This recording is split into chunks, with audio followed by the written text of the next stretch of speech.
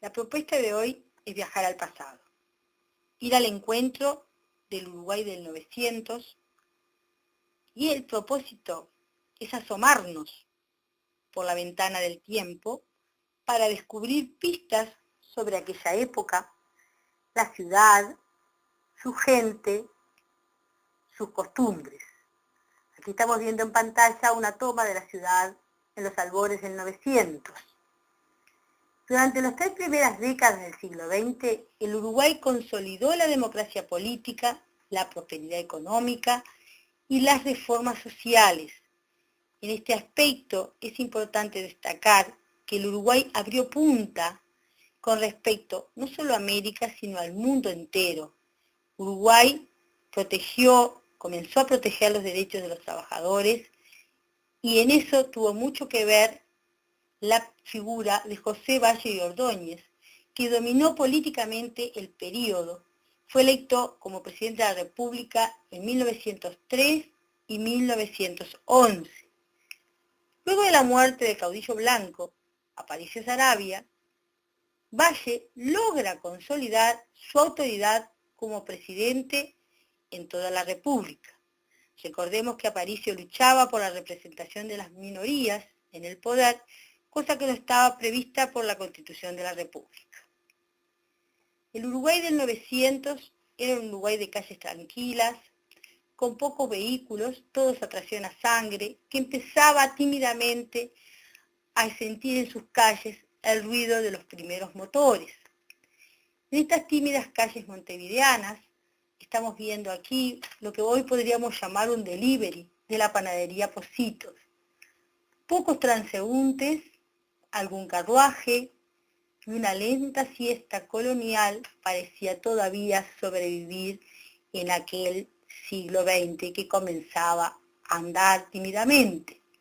En este Uruguay del 900 estaba compuesto por clases sociales. La clase alta eran grandes comerciantes, grandes terratenientes, industriales y banqueros. Imitaban la moda de París, tanto en sus viviendas como en sus vestimentas y también en sus costumbres. Era de esta época el famoso dicho, pobre de la dama que sea una dama sin dedal.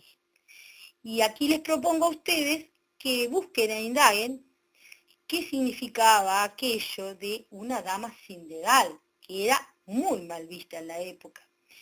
Después, a continuación de esto, vemos aquí una imagen de la mujer ideal de las clases altas, presentada por Josefina Ladera de Blixen, que nos relata sus costumbres en la vestimenta, e incluso habla de sombreros que acostumbraban a lucir, que hasta pájaros llegaban a tener en su promontorio final.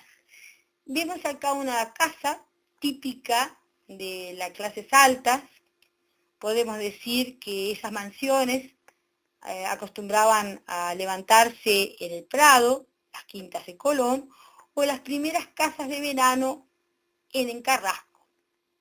La clase media, que tenía cierto acceso a comodidades, posibilidades a acceder a la educación superior, estaba compuesta por gente que tenía un sueldo, no dependía de labores manuales y podía aspirar a tener contacto con las clases altas e incluso por ciertos azares del destino pertenecer a ellas.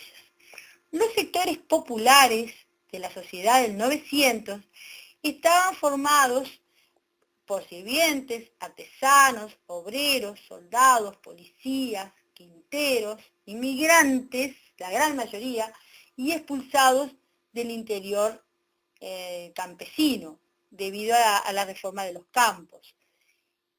Nosotros decíamos que uno de los principales componentes de la clase social más baja eran los inmigrantes.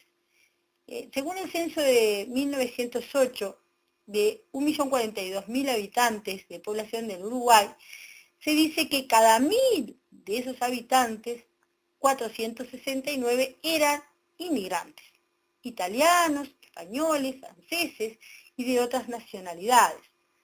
es muy importante la corriente migratoria que recibe el Uruguay en el siglo XX y más importante aún la que recibió en el siglo XIX.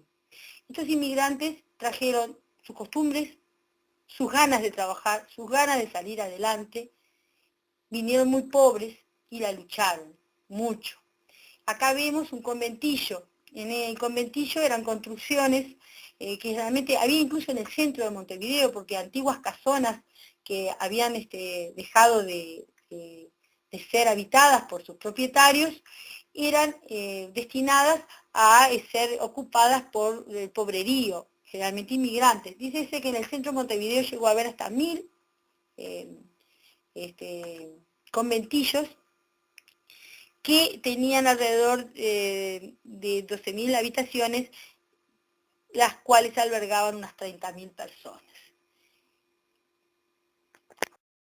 A esta altura es bueno traer a colación una anécdota. Las diferencias sociales se podían observar no solo en la casa y en la vestimenta. La principal calle de Montevideo, que era la calle Sarandí, entre la Plaza Constitución y la Plaza Independencia, se volcaban todas las clases sociales para pasear y mirar vidrieras.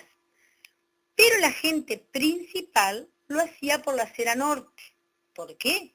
Porque allí estaban los mejores comercios, los principales escaparates. Y el resto de la población, de menor importancia, lo hacía entonces por la acera sur. Caminar por una acera u otra era cuestión de distinción social. Para una próxima oportunidad, queda compartir cuáles eran las distracciones de aquellas clases del Uruguay del 900.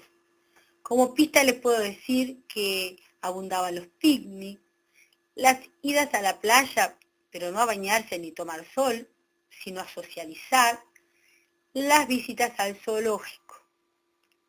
Y para finalizar además, voy a traer como cierre de esta actividad una figura emblemática que ustedes ya saben, cuando la vean, van enseguida a ubicarla, que es el Palacio Legislativo. El Palacio Legislativo se inaugura en 1925, en plena época dorada del Uruguay, a 100 años de 1825, la declaratoria de nuestra independencia, conmemorativa de ese hecho. Esta es la propuesta de cierre que les hago. Indaguen mucho más sobre la vida social del Uruguay del 900, indaguen sobre el Palacio Legislativo y todas las connotaciones que su construcción tuvo y tiene, e indaguen sobre el rol de la mujer en ese Uruguay novecentista. ¿Cuál era el rol de la mujer? ¿Qué era el papel que debía cumplir de acuerdo a la clase social que le correspondió en la vida? Y también, algo más. Busquen por ahí a ver si encuentran algo sobre las hermanas Luisi. Nos vemos en la próxima.